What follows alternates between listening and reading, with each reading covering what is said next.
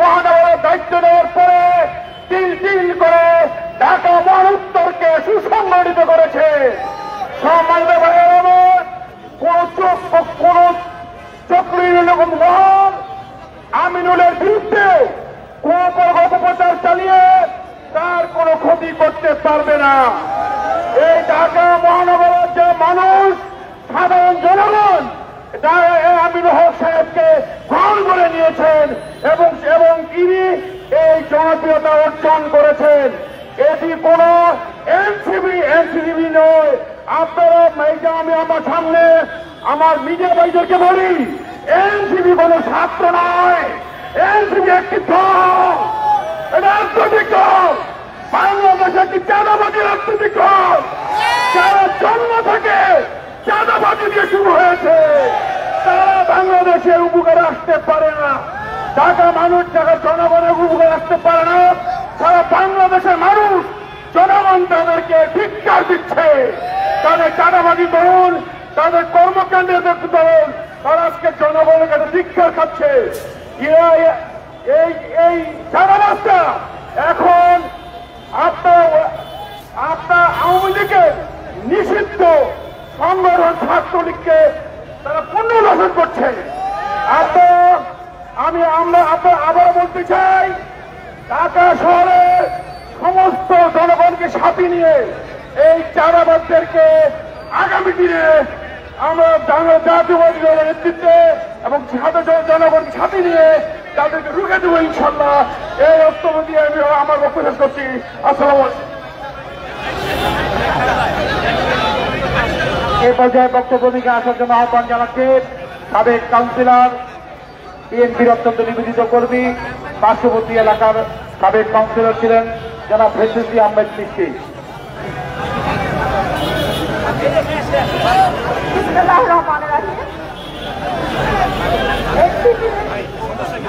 আজকে যারা আছে দল গ্রহণ করতে হলে লোকের দরকার হয়, ওনাদের দল লোক ছিল না, তার আমেরিকার সাথে আমেরিকার সাথে জীবিত হয়ে তারা দল করছে।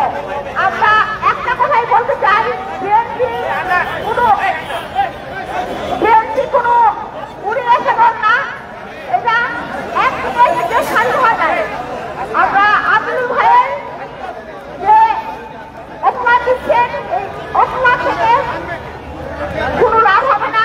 আমরা ঐক্যবদ্ধ আছি, ঐক্যবদ্ধের কাজ করবো ইনশাআল্লাহ। এবং এই মিথ্যা প্রচার বন্ধ করুক, তাহলে যখনই এই অবৈধভাবে ওনারা কি করবে, আমরা নিজেরা সবাই মিলে প্রতিহত করবো ইনশাআল্লাহ। ধন্যবাদ সবাইকে। আসসালামু আলাইকুম। এ পর্যায়ে নাগরিক সমাজের প্রতিনিধি হিসেবে বক্তব্য রাখবেন অ্যাডভোকেট নজরুল ইসলাম, জনাব অ্যাডভোকেট নজরুল ইসলাম। সম্মানিত সাধারণ জনগণ, আমি বলতে চাই, জনাব আমিনুল হক ভাই একজন ক্লিন ইমেজের মানুষ। এই মিরপুর এবং পল্লবী রূপনগর থানার জনগণ, ঢাকা মহানগর উত্তরের জনগণ আমিনুল ভাইকে একজন নেতা হিসেবে গ্রহণ করেছেন, অভিভাবক হিসেবে গ্রহণ করেছেন। ঠিক সেই সময় এনসিপির কিছু শৃঙ্খল নেতৃবৃন্দ সেই ছাত্রলীগদের পুনর্বাসন করার জন্য একটি মেয়েলি ঘটনাকে কেন্দ্র করে সাধারণ জনগণের উপর হামলা করেছে এবং আমাদের দেখা যাচ্ছে বিএনপি নেতৃবৃন্দের উপর হামলা করে তারা মিথ্যাভাবে উল্টো আবার আমিনুল হক ভাইয়ের উপর দায় চাপাচ্ছে। তাই আমি এর তীব্র নিন্দা ও প্রতিবাদ জানিয়ে আমার সংক্ষিপ্ত বক্তব্য শেষ করলাম।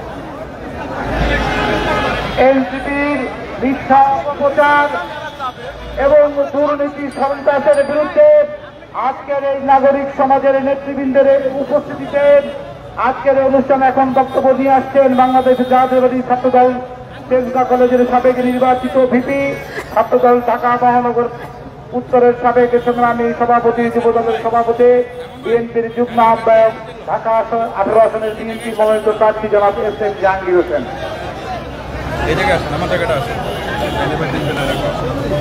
বিসমিল্লাহির রহমানির রহিম। নাগরিক সমাজ কর্তৃক আয়োজিত আমাদের প্রিয় নেতা ঢাকা মহানগর বিএনপির বিপ্লবী আহ্বায়ক, আন্দোলন সংগ্রামের শ্রদ্ধাভাজন নেতৃত্ব,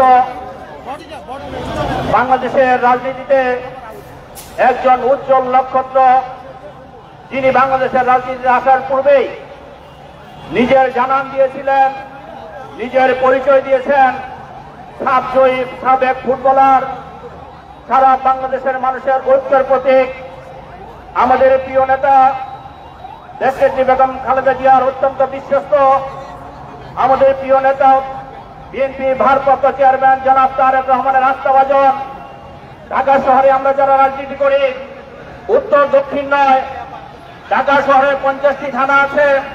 এই 50টি থানার নেতৃবৃন্দর মাথার মুকুট আমাদের প্রিয় নেতা জনাব আমিনুল হক সাহেবের বিরুদ্ধে একটি গোষ্ঠী, একটি ষড়যন্ত্রকারী মহল, একটি কুচক্রী মহল যে কুৎসা ছড়াচ্ছে, যে মানহানিকর কথা বলছে, তার প্রতিবাদে আজকের এই সভার বিপ্লবী সভাপতি আমাদের অত্যন্ত প্রিয় নেতা আব্দুল হক ভাই উপস্থিত আছেন। ঢাকা মহানগর বিএনপির বিপ্লবী সদস্য সচিব আমাদের প্রিয় নেতা মুস্তফা জামান সহ ঢাকা মহানগরের যুগ্ম আহ্বায়কবৃন্দ, সদস্যবৃন্দ, পল্লবী রূপনগর এলাকার আমার শ্রদ্ধাভাজন নেতৃবৃন্দ, আসসালামু আলাইকুম। আমরা স্পষ্টভাবে বলতে চাই, আমিনুল হক কিন্তু একটি প্রতিষ্ঠান। আমিনুল হক এখন আর কোন ব্যক্তি নয়। কাজেই আমিনুল হকের বিরুদ্ধে যদি কোন রকম ষড়যন্ত্র করা হয়, আমিনুল হকের বিরুদ্ধে যদি কোন রকম কুচক্রি করা হয়, আমিনুলের বিরুদ্ধে যদি মানহানিকর কোন বক্তব্য দেওয়া হয়, আমিনুল হকের বিরুদ্ধে যদি কোন মিথ্যা অপবাদ দেওয়া হয়, সারা ঢাকা শহর সহ সারা বাংলাদেশের মানুষ আজকে ফেসে উঠেছে। আমি বিশ্বাস করি যারা আমিনুল হকের বিরুদ্ধে এই অপপ্রচার করবে তাদের সমূলে নির্মূল করা সময়ের ব্যাপার মাত্র। আমরা বলতে চাই, আমাদের প্রিয় নেতা আমিনুল হকের নেতৃত্বে ঢাকা শহরে আওয়ামী লীগ মুক্ত হয়েছে। আমাদের প্রিয় নেতা আমিনুল হকের নেতৃত্বে ঢাকা শহরে ফেসিবাদ মুক্ত হয়েছে। আমাদের প্রিয় নেতা আমিনুল হকের নেতৃত্বে ওই খুনি হাসিনা বাংলাদেশের মস্তক থেকে পালিয়েছে।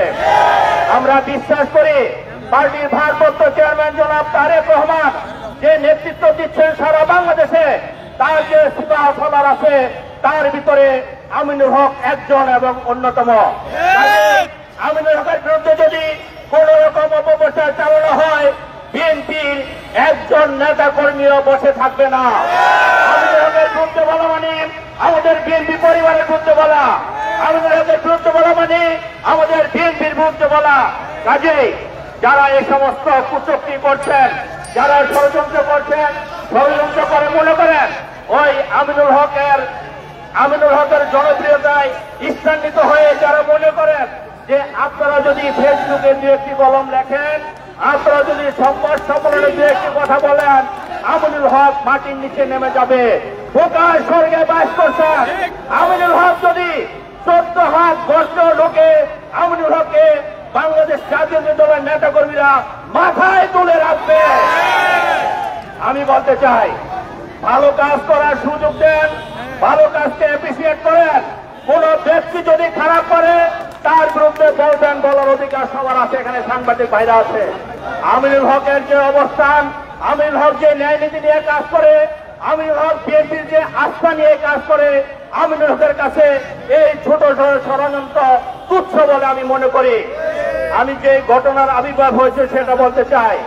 14 এপ্রিল একটি ছোট্ট ঘটনাকে কেন্দ্র করে, একটি বেগঠিত ঘটনাকে কেন্দ্র করে আপনারা যে ঘোলা পানিতে মাছ শিকার করতে চাচ্ছেন, সেটা অতি সত্বর আপনাদের মুখ উন্মোচিত হবে। বন্ধুরা আমার, আমরা ওই এনসিপি নামে যারা এখন ঢাকা শহরে চলে, সারা বাংলাদেশে চলে, আমি ছোট্ট একটি কথা বলে সেটা আপনারা প্রমাণ দিতে চাই। আমরা পয়লা বৈশাখের প্রোগ্রামে দেখেছেন এনসিপির নেতৃত্ব দিয়েছে। এনসিপির একটি স্পট ছিল, সেই স্পটে যখন এনসিপি নেতা বক্তব্য দেয়, এখানে সাংবাদিক ভাইরা আছেন, সাধারণ জনগণ আছেন, আপনারা বলেন সেখানে কতজন জনগণ ছিল, কতজন এনসিপির কর্মী ছিল। কাজে একটি কথা মনে রাখবেন, আপনারা যে যেখানে থাকেন না কেন, বিএনপির কর্মী কিন্তু প্রতিটা ঘরে ঘরে আছে। যদি বিএনপির কোন নেতা কর্মীর নামে অন্যায়ভাবে কোন অপবাদ দেওয়া হয়, আপনারা আপনার নিজের ঘর থেকে প্রতিহত হবেন। আপনারা আপনাদের নিজের ঘরে ঢুকতে পারবেন না, সেটা আপনাদের মনে রাখা উচিত। আমরা বলতে চাই, সমাজে সামাজিক এই সমস্ত ব্যাধি অনেক আছে, এই সমস্ত সমস্যা টুকটাক সমাজে প্রতিটা জায়গায় ঘটনা ঘটে থাকে, কিন্তু কোন ঘটনা ঘটলেই কোন জনপ্রিয় নেতার নাম জুড়ে দিবেন, এটা আমরা মেনে নিব না। আপনারা দেখেন সেই ঘটনার সাথে কারা কারা জড়িত। আইন শৃঙ্খলা রক্ষাকারী বাহিনী আছে, আমরা বিভিন্ন গোয়েন্দা সংস্থা আছে। আমরা বলতে চাই, যে ঘটনাটি ঘটেছে তার পুনরায় তদন্ত করে যারা সেই ঘটনার সাথে জড়িত অবশ্যই তাদের বিচার হবে। আর যারা সেই ঘটনাকে অন্যদিকে প্রবাহিত করতে চায়, আমি মনে করি তদন্ত সাপেক্ষে তাদের বিরুদ্ধে বিচার হতে হবে। বন্ধুরা, এনসিপি কে উদ্দেশ্য করে বলতে চাই, এখানে আমাদের নামে যাদের বিরুদ্ধে মামলা দিয়েছেন, আপনারা কিন্তু বাংলাদেশে এনসিপি জনগণের রাজনীতি করছেন না, আপনারা রাজনীতি করছেন ওই ফ্যাসিস্টদের পুনর্বাসন করার জন্য রাজনীতি করছেন।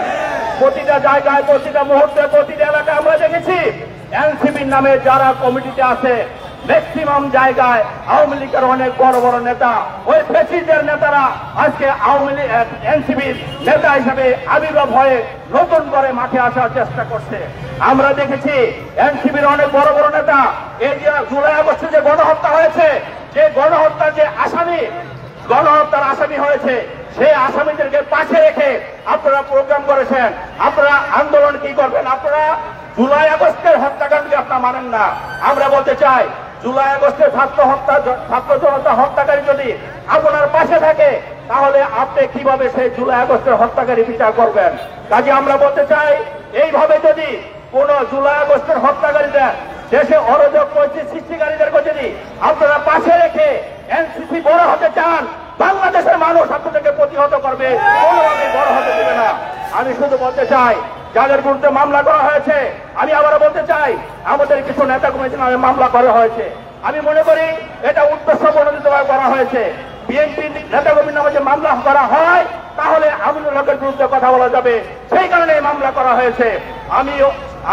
আমি বিশ্বাস করি আইন শৃঙ্খলা রক্ষাকারী বাহিনী একটি সুষ্ঠু তদন্তের মাধ্যমে অনতি বিলম্বে একটি সুষ্ঠু তদন্ত করে যারা ঘটনার সাথে জড়িত তাদের বিরুদ্ধে মামলা করবে।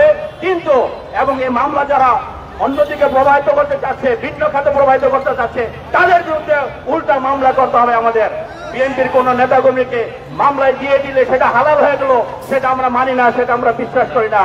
আমরা বলতে চাই যে বাংলাদেশের রাজনীতি আপনারা করেন, আমাদের কোনো আপত্তি নাই, কিন্তু অপরাজনীতি বিএনপি বেঁচে যাচ্ছে বাংলাদেশ মাটিতে আমরা কাউকে করতে দিব না। আমি সর্বশেষ একটি কথা বলি, সমুদ্রে অনেক পানি আছে, সেখান থেকে যদি 2-1 কলস পানি চলে যায় আমাদের কিছু আসে যায় না।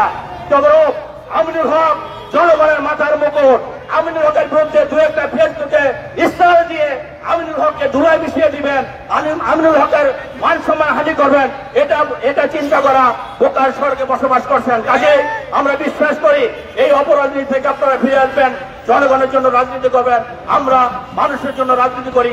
আর বিশেষ করে ফেসিবাদকে পুনঃপ্রতিষ্ঠিত করা অপচেষ্টা থেকে দূরে থাকবেন, এটাই আমাদের বক্তব্য। যে ফেসিবাদকে পুনঃপ্রতিষ্ঠা করার জন্য, মাঠে আনার জন্য আপনারা আবার সেই অপরাজনীতি করবেন, সেটা আমরা বাংলাদেশের মানুষ, বিএনপির কোন নেতাকর্মী মেনে নেব না। সকলকে আগামী দিনে আমিনুল হক সহ আমাদের বিএনপি পরিবারের কোন একজন নেতাকর্মীর বিরুদ্ধে যদি এরকম অপপ্রচার হয়, আমরা আজকে যেমন ঐক্যবদ্ধ একত্রিত হয়েছি, আগামী দিনেও ঐক্যবদ্ধভাবে রাজপথে থেকে আমরা সমূলে তাদের মূল উৎপাদন করব। এই বক্তব্য রেখে সকলকে আমার ব্যক্তিগত পক্ষ থেকে ধন্যবাদ, অভিনন্দন জানিয়ে আজকের মধ্যে বিদায় নিচ্ছি। আল্লাহ হাফেজ। বাংলাদেশ জিন্দাবাদ, জাতীয় দল জিন্দাবাদ, শহীদ রাষ্ট্রপতি জিয়া রহমান অমর হোক, দেশনেত্রী বেগম খালেদা জিয়া দিল্লি হোক, তারুণ্যের অহংকার তারেক রহমান জিন্দাবাদ, স্বৈরতন্ত্র নিপাত।